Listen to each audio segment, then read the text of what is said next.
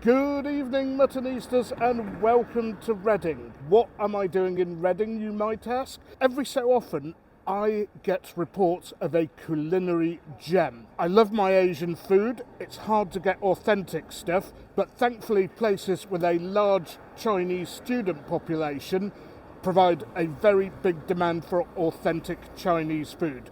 As you know, Mutton Easters, I spent a lot of time in China, so I know what I'm talking about and I know what I'm looking for. So join me for today's vlog about the food of the Kung Fu Kitchen on the Christchurch Road in Reading.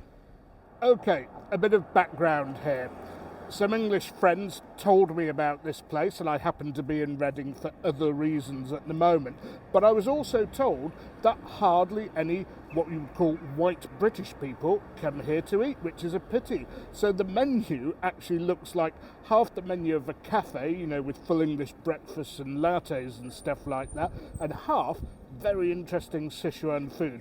Obviously, we're here for the Sichuan food, and of course we are really close to the university campus, or part of it, hence the popularity with the Chinese students, who obviously know their stuff as well. Anyway, the restaurant does have a bit of a story to tell about how it came about, how it gets its produce, and what they have to do to satisfy English customers who come along.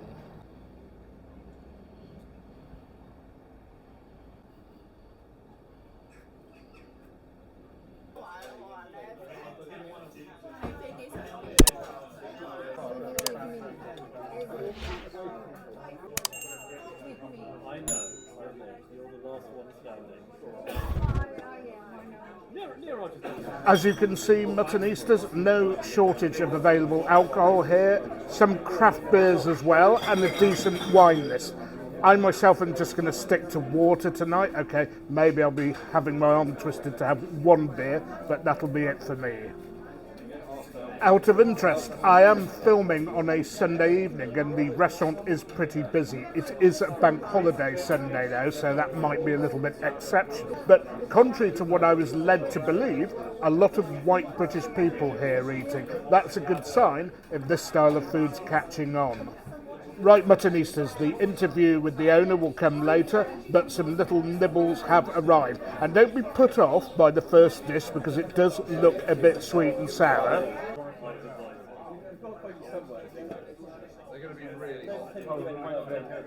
And just to get our collective whistles going, we have sweet and spicy chicken wings. Oh yes, it does look like sweet and sour, but I'd say this is a spicier version, and I have to remind those of you who haven't watched my earlier videos that sweet and sour is actually a Sichuan dish.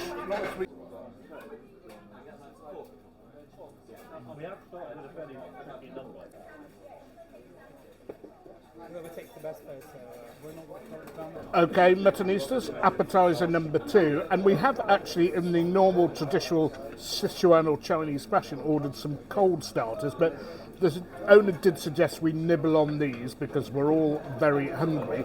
And of course this is a scallop, crushed garlic, vermicelli and soy sauce.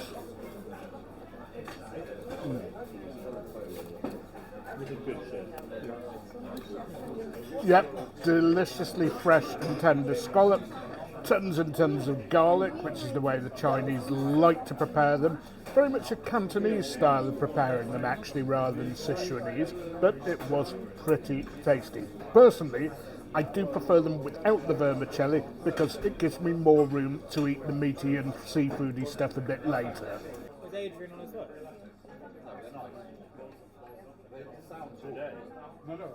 Next, Mutton Easters, tempura beans and mushrooms. I think that is cooked in the salt and pepper style, something you can get at most Chinese restaurants in Britain.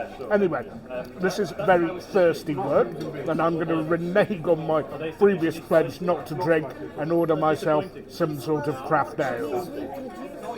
Okay, Mutton Easters, after that little nibble just to get our juices going, time to wet our whistle.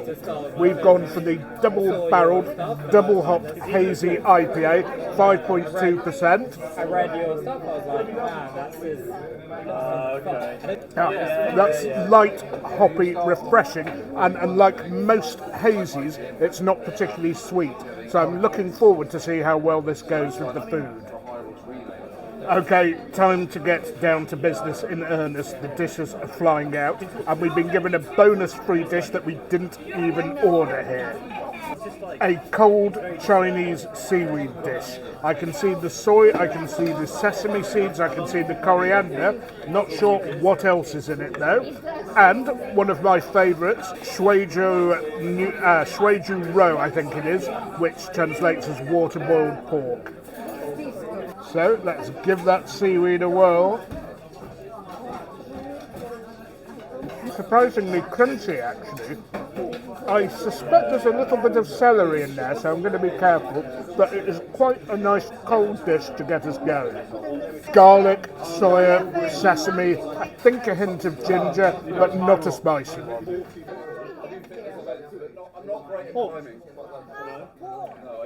Water-boiled pork now, and this is something that actually goes quite well with rice because it soaks up all the spices. The pieces of pork on the top won't be too bad, but the ones underneath the top layer, smothered in chilies, will be a real mouth burner. And for all the chilies, the garlic, the hot oil in there, the thing that really gives it a kick, these little Sichuan peppercorns. Next dish out, and there are going to be a lot tonight, Mutton Easters, stir-fried pig's intestines with mushroom and chilli. Unfortunately, I have a couple of fellow offal lovers at the table because usually I can't get this sort of order past the group that I normally dine with. So beautifully tender and flavoursome. Don't let anybody tell you that offal is something that you shouldn't have. It is great at soaking up all the flavours of the dish. And some of my dining party sat around me are absolutely raving about these intestines. Better take a quick slurp. Oh, I can smell. I'm not going to ask her.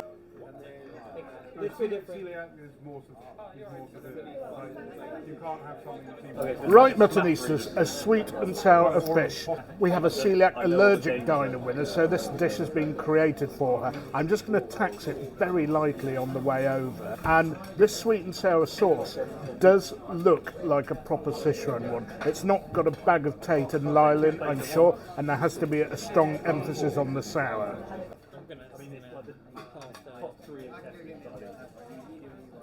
And okay, it's tasty. The sauce was a little sweeter than it looked, but it's not like the standard Chinese takeaway or British Chinese restaurant sweet and sour. However, nor is it quite like the Sichuanese sweet and sour that I'm used to in China. Okay, Mutton Easters, we have the mixed offal meat and prawn casserole. All sorts of stuff going on there, and it is cooked in a very, very spicy oil, right up my street. Another cold dish, which surprisingly they're coming out at the same time as the main dish. That is Chinese style pig's ear. Looking forward to trying that. And, Mutton Easters, one that you might have seen in my Chinese vlogs, sliced boiled fish with Chinese sauerkraut. Time for a little pig's ear. Lots of cucumber, quite lightly seasoned, quite crunchy, but I actually quite like that when I have it in Spain as a little tapa or a beer snack. I wish there were places in China where I could do exactly the same. Okay, the mixed meat and mixed offal casserole. A little tripe. Oh, yeah, loving that. It is, however, one to warm the cockles of your heart. It's the spiciest dish that we've had so far. And as always, Mutton Easters, the spiciest part of these casseroles and hot pots, it's always the veg.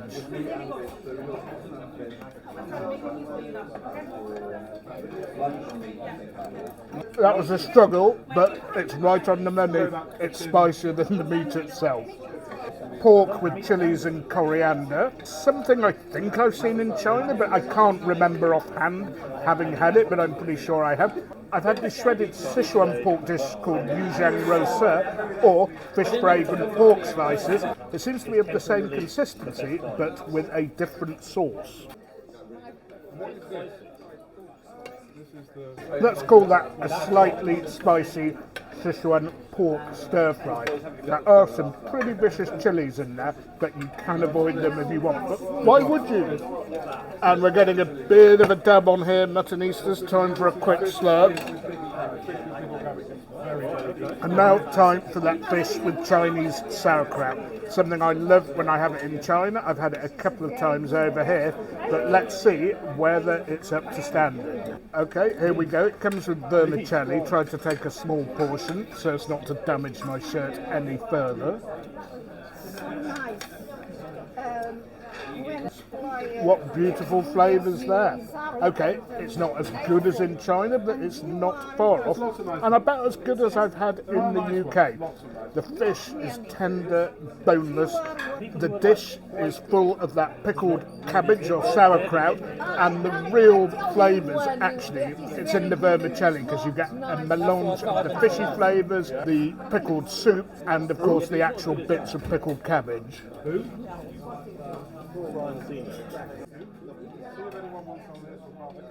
I've not tried it yet. Okay, Mutton Easters, that dish is done noodles. Not usually how I see it prepared. I see it prepared with thinner wheat noodles. I think those are rice noodles, where I'm not that good with my noodles. And it's a bit soupier than I'd expected. Anyway, I won't be having that until the end of the meal, because you don't want to fill up on your carbs and miss out on the good stuff. What's going on? Like, you're letting the magic pass you by. While eating at a table for 10 or 11 people is a great experience, so much variety, so much to share, it means that sometimes a dish escapes you and doesn't go to the business end of the table. And here, the Squid Casserole, or Squid Hot Pot, tasty and spicy. It is battered though, I'm not sure why that's necessary. Anyway, we have bigger fish to fry. Right, Mutton Easters, back on the attack with the mixed offal and meat casserole. And it contained in this casserole lots of slabs of tofu. A lot of you are ridiculously squeamish about eating this. No reason to. Okay, it is a bit bland on its own, but it's not unpleasant. But when it is smothered and cooked in spicy oils and gravies, it is delectable. And all that spicy, meaty goodness oozing out at every pore of the tofu. If nobody else eats it here, I'm going to eat it all.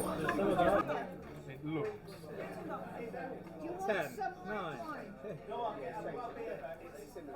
And now, it might be the last dish, or there might be a bonus coming, the spicy soft-shell crab. I've not actually had this in China before. I'm sure they do have soft-shell crab, but it looks delectable. And some of the people around me were so itching to tear into it that I had to say, wait for it, lads, whilst I filmed and photographed it. Delicious, tender, flavoursome crab meat, smothered in Sichuan spices. You get the full taste of Sichuan there. Really spicy, really heavy coating. And everybody around here thinks that dish tonight is the money shot. A very quick slurp because that crab is going very, very quickly. Wet season. That numbing peppercorn. And for this dish, you have to get in there really quickly because chopsticks are just flying in from everywhere to pick the plate clean. Anyway, Muttonistas, I think that's the totality of the order so far. The rice hasn't come yet in true Chinese style. You have that at the end if you're feeling hungry and you fill up on the good stuff first. I'll be looking forward to a bit of rice to soak up some of those juices as well. A quick slurp. I'm getting a real sweat on here, and I'll put the camera down and really tear into this, but if any more dishes come, you'll be the first to see. Okay, Muttonistas, what a splendid meal that was. Sweating like mad, the beer accompanied it beautifully, but I did promise you at the beginning of the video that we would have a little chat with Jo, the proprietor of this restaurant, about what her philosophy is, how the restaurant started, and what she would like to see in terms of people eating Chinese food in Britain. So, a splendid meal, Jo, but I did notice when I walked in there was a menu for coffees like lattes and espressos, and I saw a few other English items available on the chalkboard outside. So, what's the restaurant all about? Because before we opened this restaurant, it was a cafe before, and there's a lot of care home on the side. We try to look after the local people. You know, there's a lot of ladies, there was before pandemic, so unfortunately there's a lot of people have left to come this work completely. But we still look after these people beforehand. That's why we still keep them some of the traditional English food for them. Okay, to look after the people. Okay. Yeah. And do you think English customers, their tastes have changed? Are they being more adventurous in ordering the spicy I think stuff? Before they normally ordered food from the Chinese takeaway. What's in their money, they believe that is Chinese food. And I'm trying to telling them no, that is not. I have never seen most of them in my life. Okay. So I started to introduce them one by one. Lots of people telling me, for example, oh, why do you eat spicy? I said, as long as you don't have an allergy to chilies, give a go. So I have started building my local customers their spicy level higher and higher. Even until the one you try tonight, you know, the water boiled fish, the water boiled pork, yes. they go up like that. So my aim is for my customers, once they try our food, they never want to go any other Chinese food anymore. Excellent. And finally, I saw something in the menu about where you procure your produce, some of your seafood, for example. Where do you go? There's in London, there's one of the seafood wholesaler, what's in the market name? You know, you need to go like 3 o'clock in the morning. Wow. I can't remember the name. Yeah, I know the one you mean. Yes. And also we got to one supplier. Billingsgate. Yeah, and I've got a Chinese supplier. They'll be able to, if I want because we want it fresh. So they'll be able to bring to me 5 days a week. Okay. The ingredients, the freshness is very, very important. Yes. Plus our chef skills, of course, together, we bring the best, tasty, authentic Chinese food. Well, thank you for that, Jo. A very, very pleasant meal, and I do hope to be back here at the next opportunity. Yes, because we are a new restaurant opening for the hot pot and Chinese barbecue. You're most welcome. Okay, I look forward to that. This one, we're going to completely turn back to cafe initially idea, look after more local people. Plus, this one going to have the proper noodle bar, you know, like A plus B plus C things. And the dim sum are going to come to this restaurant. Dim sum, so I like we got the Kung Fu kitchen and the Kung Fu cafe here. So both is KFK. Okay. All right, thank you.